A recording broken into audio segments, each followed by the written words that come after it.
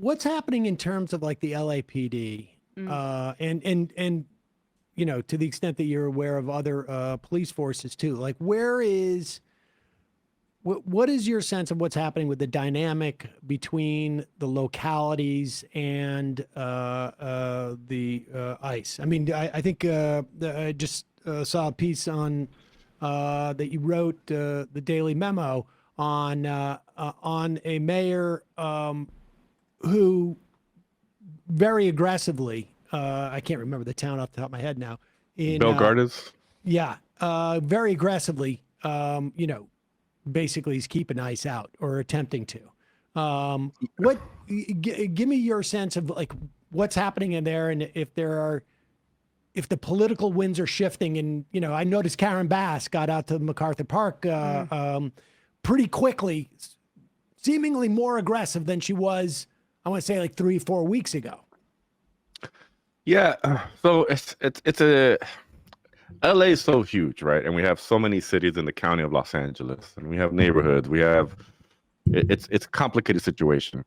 So the powers that like the mayor of Los Angeles, Karen Bass, has or doesn't have, other smaller cities can assert more, right? For example, you have the mayor of Huntington Park, who immediately pushed for a policy instructing his local police to, you know, identify masked agents to pull over, you know, vehicles without any plates and identify them, verify and identify, right?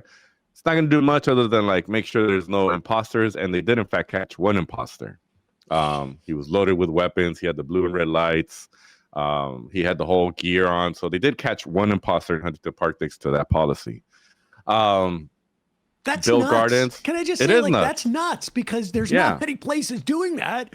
And if they're finding a guy with that kind of stuff, this must be going on all across the state. They're trying to they're incentivizing kidnapping. That's what this administration's doing. Yeah. There's reports of people getting kidnapped or ransoms. There was another incident where a mother was taken by somebody that's masked up. The report is that KTLA 5 covered this really well, was that the woman was being held at a warehouse down by the border in San Diego with a bunch of other detainees, and they were trying to force her to self-deport. Now, they contacted ICE. They got a statement from the PR person over at ICE, and ICE said, basically, this fabricated story, this bizarre tale is clearly made up. We never arrested this woman. We're not holding her down at a warehouse. Without any concern as to like, well, let us look into that. Is there maybe an imposter trying to do our job? No, they're just like, you guys are fabricating tales, like, and just dismissed it. So it's like, so then who did take her, right? Like, because she's gone, and ICE is denying taking her. They can't locate her. But so you do have these situations.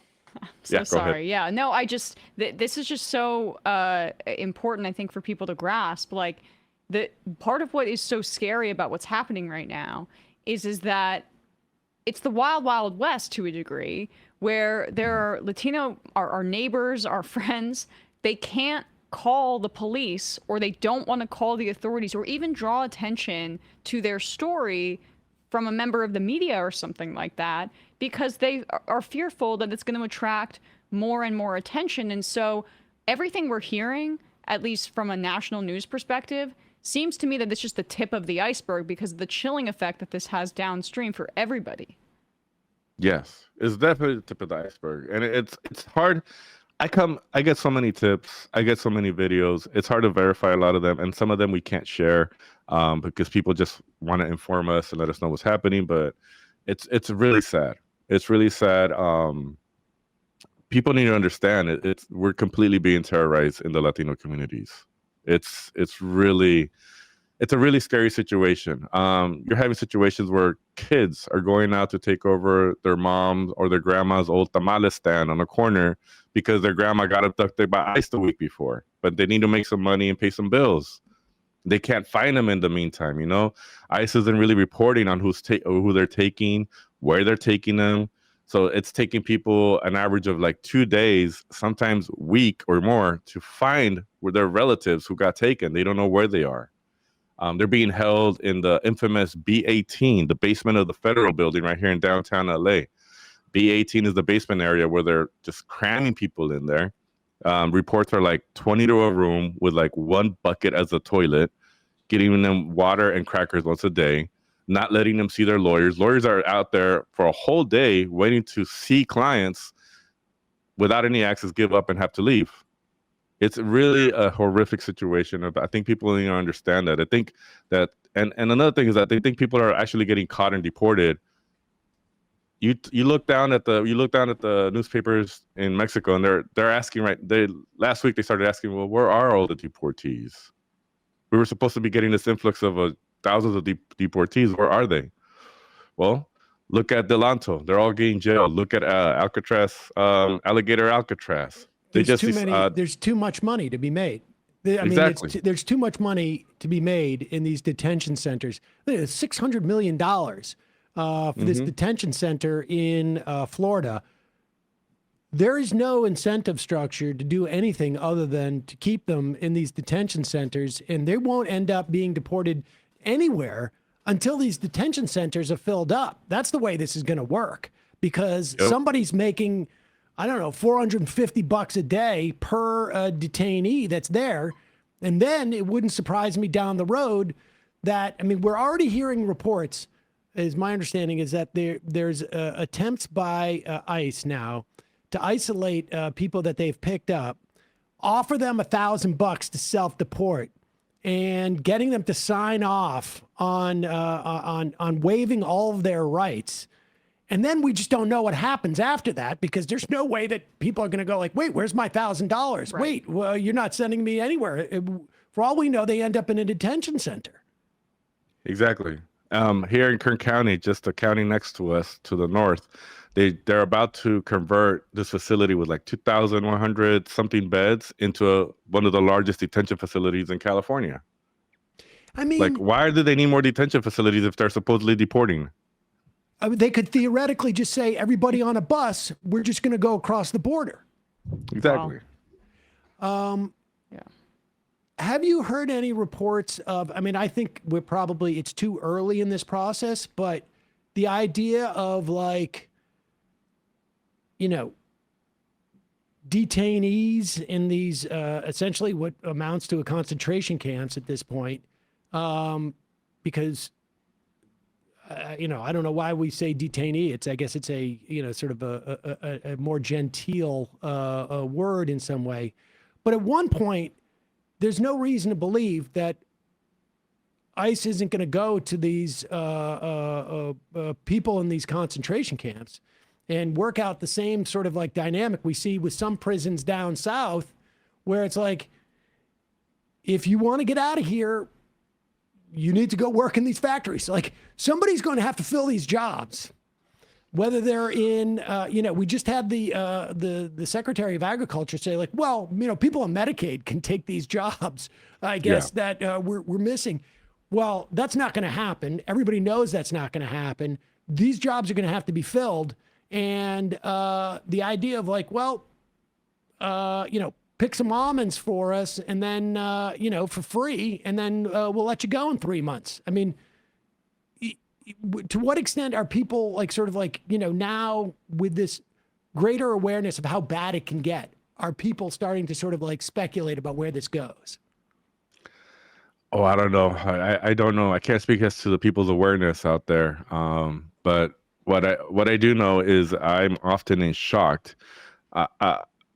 People reach out to me from all over, from London, from Canada, from other parts of the States, Illinois. I mean, I get people from all over the world that reach out to me, other news organizations, even from people in our corporate media world. I have, I won't say names, but they reach out to me and they're like, we can't believe what we're seeing out over at Lady Taco and the coverage you guys are doing. And to me, that baffles me, that people don't understand the level, the seriousness that's happening here in Los Angeles, because they don't see it anywhere else.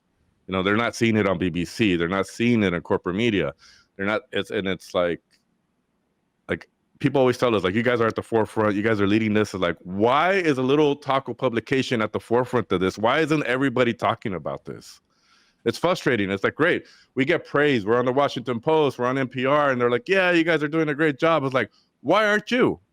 You know, why isn't everybody else doing this? Like, why do we have to be working? I'm working like 14-hour days trying to cover everything, and I can't cover everything. Our team is working their butts off. Like, and luckily we have LA's coming out and supporting us in droves. We've had fundraisers. Eva Longoria dropped some money, a match, and you know, we have a lot of support, and we're really grateful and thankful. But at the same time, this isn't something that we want praise for. This is something we want more people to cover and understand what's happening. Sorry, little rant there. No, I mean, I bit. think that is a crucial element of this dynamic, because I think it's also indicative of, like, you know, at these mainstream publications, they cater to, you know, what is going to make them money, and it's not necessarily covering a population that is, you know, sort of on the margins, you know, from their perspective anyways. And it's a huge problem, because I don't think that people understand the scope of what's going on at this point. And it's only going to get worse. I mean, we're talking about 10,000. Do you guys have a notion of, you know, being so close to this, like, who are these ICE agents?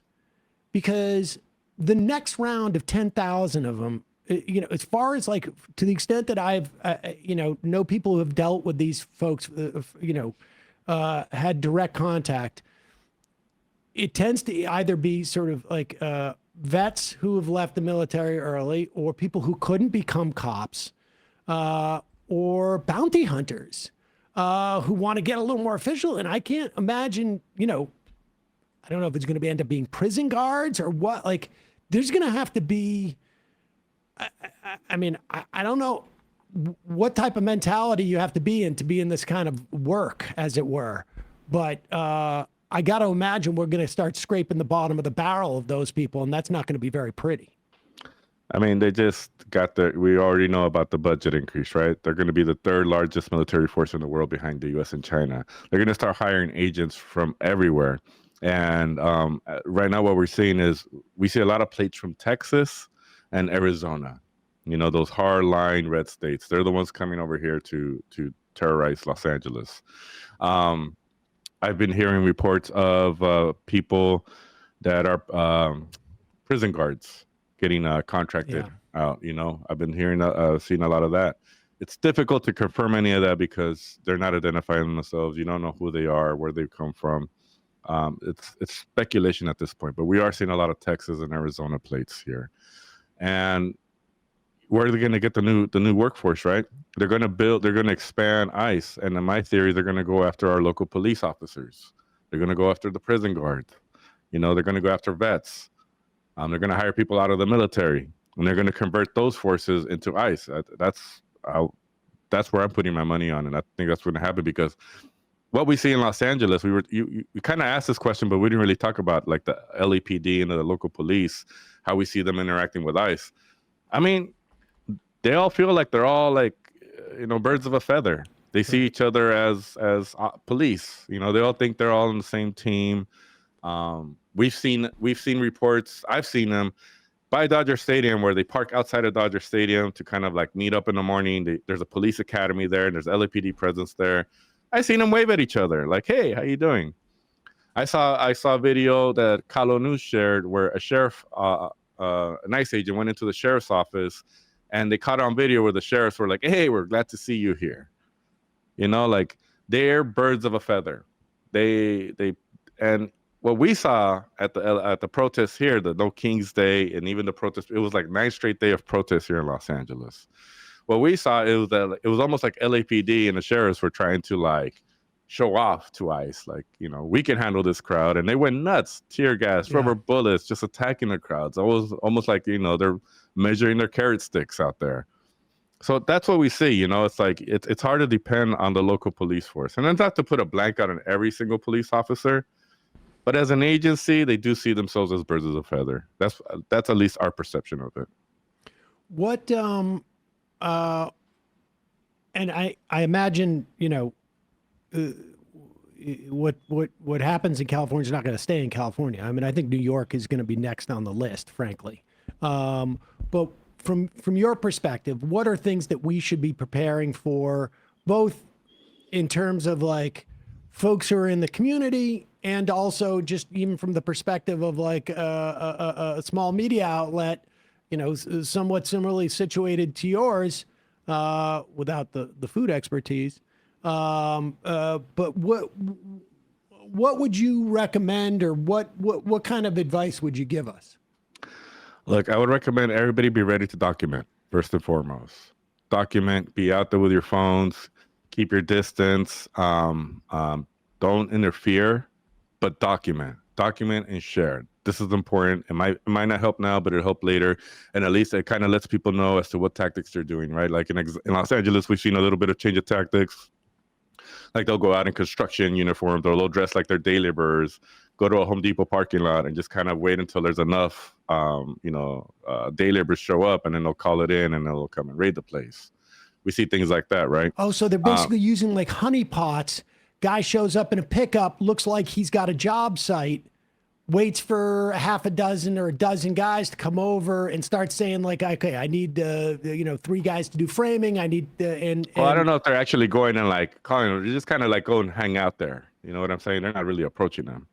But they're starting to send out spotters. That's for sure. We're seeing reports of ICE agents going out and just kind of spotting, taking pictures and reporting. And then moments after that, you'll see like a wave of trucks come in. I recommend people also mask up. Honestly, they're starting to use facial recognition. Anytime observers come out, so like in Los Angeles, there's a good rapid response network. There's like 1,200 people in a rapid response network.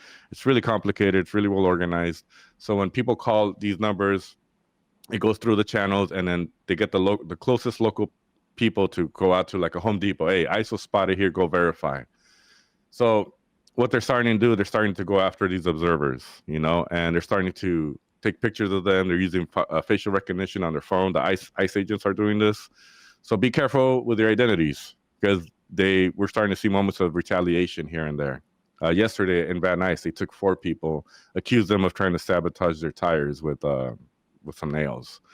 So be careful with that. I say protect your identities, protect your faces if you're going to be doing that.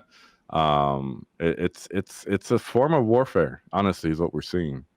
So protect yourselves, document everything, have numbers ready, have numbers of somebody to call, whether it be a lawyer or a family member, because if you're there in a situation, you could be taken. They do take citizens and then release them later, especially citizens that are in the area and, they start documenting or want to speak up for somebody.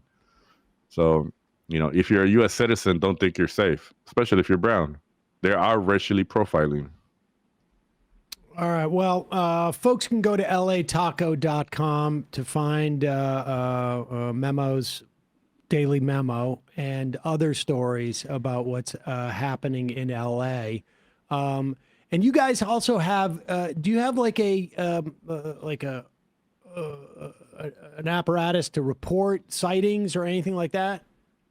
Yeah, we have our hotline is an email, tips@lataco.com. It's really simple. Tips@lataco.com. Memo, sorry. Appreciate the work you're doing. And thanks for taking the time to walk us through this stuff. Love to check back in with you, sometime in the future, see how you guys are doing. And any support, folks can find a subscribe and a donate link there as well. Yes, appreciate it. Thank you for bringing attention to this and having me on. Appreciate the show. Of course. Thanks, Memo. Hey, folks, don't forget to hit the subscribe button and check out our daily show. We do it every day at 12 p.m. Eastern for about 2.5 hours. We even take phone calls. You should check that out.